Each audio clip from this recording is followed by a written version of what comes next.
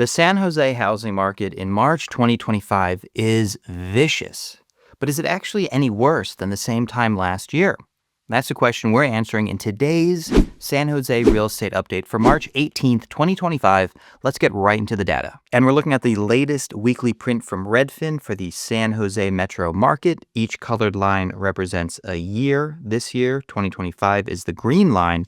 And right now we're looking at median sale price.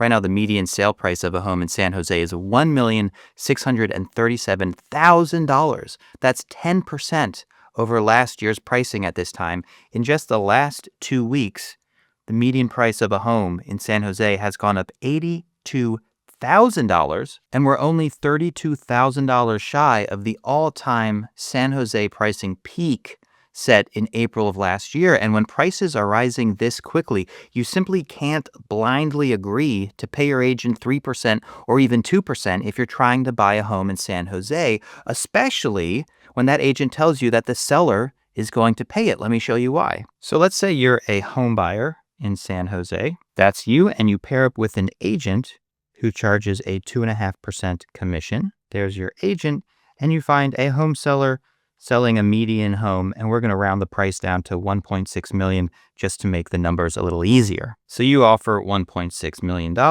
for this median San Jose home, and the seller pays your agent's 2.5% commission, which in this case is $40,000. Well, this little roundabout is the bullshit logic that agents use to make you think you're not paying your agent when actually you are. Let me show you. Let's create a scenario again with you and your 2.5% agent and our median seller selling a median home. But this time you decide to pay your agent's fee yourself. In this scenario, sticking to our same median price point, you're only able to pay the seller $1,560,000 because you have to pay your agent $40,000. Well, whether the money weaves its way through the seller or not, you're actually doing the same thing in both cases, because in both cases, the seller is netting $1,560,000 on that side and on this side. In the eyes of the seller, these are the same scenario. When your agent tells you that the seller is paying his commission, you're actually offering that much less to the seller. Let me show you. Let's clean up this mess real quick. So now let's have a home buyer who finds and works with an agent who only charges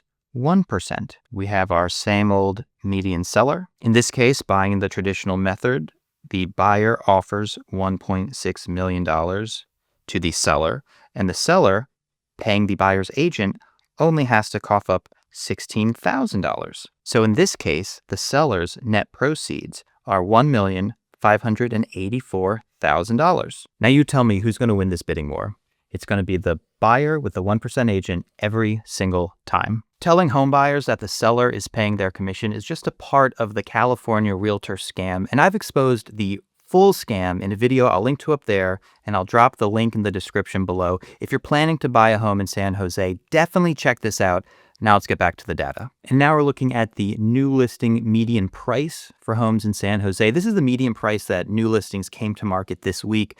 And right now we're up at $1,512,000. Now, fortunately, we're a little south of last year, but it's worth noting that our new listing median price is $125,000 below our current median sale price. Now, this gap, the fact that homes are selling for $125,000 more than they're being listed at, is indicative of the intense demand for housing in San Jose right now. We're still riding the AI boom. A lot of workers are being told they have to come back to the office, and that is driving up prices in San Jose right now, driving them up so much that agents can't even keep up with them. However, while this is happening, looking at new listings, we see an influx of new inventory coming to the market. This week saw 411 new listings hit the San Jose market. That's up almost 36% over the same week last year. And if we look at the year-over-year percentages as the year has progressed, we see that we started in mostly high single digits, up into the teens,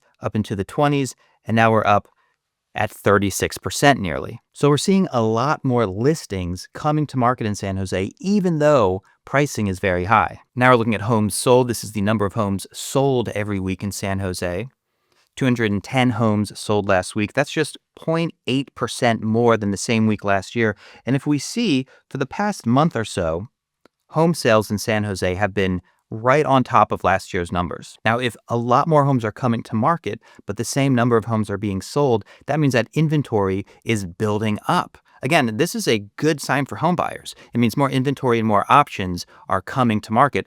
An important question is, how long will this last? And we get a bit of an answer in our next metric. Pending sales. Now, pending sales is a leading indicator for homes sold because a home goes pending about a month before it becomes a home sold. The number of homes that went pending this week is 294. That is 38.7% more than the same week last year. And our year-over-year percentages have been very high for the last month. 54.7, 68.6, 82.9. So for the last month, we've had this extremely elevated level of pending sales, which suggests that in the month ahead, we'll suddenly get a very elevated level of homes sold. So while the picture this week looks like tons of new inventory is coming to market, because it is, the picture a month from now might be different. For the time being, though, there is still a lot of inventory on the market, and we know that by looking at our active listings metrics. This is the number of active listings that were on the San Jose market this week. That number is 1,656, which represents almost 31% more active listings on the market than the same week last year. And you can see we've had this healthy margin in active listings over last year for pretty much the whole year. And of course, that suggests that as vicious as this year has been, as difficult as it is for homebuyers out there right now, at least there's more inventory than there was this time last year. And of course, the metric that brings it all together is weeks of supply. This metric is fantastic because it balances supply against demand and gives us a metric that we can use to really measure apples against apples. Right now on the San Jose market, there are 8.2 weeks of supply. That represents 2.1 more weeks of supply than this time last year. So very clearly, we can see and we can say that this moment in San Jose for homebuyers, difficult as it is actually about 2 weeks easier than it was at the same time last year. And of course, by 2 weeks easier, I mean there's 2 weeks more supply on the market. More supply means more options, means downward pressure on pricing, means a more comfortable buyer's market. And one other sign of a more comfortable buyer's market is the percent of active listings with price drops. This is the percent of homes currently on the market, available on the market, that have had a price drop since they came to market. And that percent right now is 3.9%, which I think is more than double where we were this time last year. This time last year, we were around 1.3%. So this is literally a tripling of the percent of homes available for sale that have had a price cut. So how can we make this an actionable metric? Well, here's the thing. Sellers drop prices when their homes aren't selling. And the reason to drop the price is, one, to solicit a buyer to come and actually buy the home at that price, but also to get more attention. Because when a home has a price drop, it gets re-pushed out to buyers who've signed up for searches on Redfin or Zillow or the MLS directly. A smart tactic is try to get to sellers whose homes aren't selling before they announce their price drop, before they garner that additional attention that the price drop creates. So while you're looking at the new listings that are coming to market in San Jose, also check out the listings that have been on market for 3 or 4 weeks and have not yet had a price drop. Try putting in an offer a little below ask. Anticipate the seller's price drop so you can get the home with that little discount before everyone else is aware that that discount even exists. Check out my playlist, How to Buy a Home in California, for more smart tips like that one, and come back in 2 weeks for our next San Jose real estate update.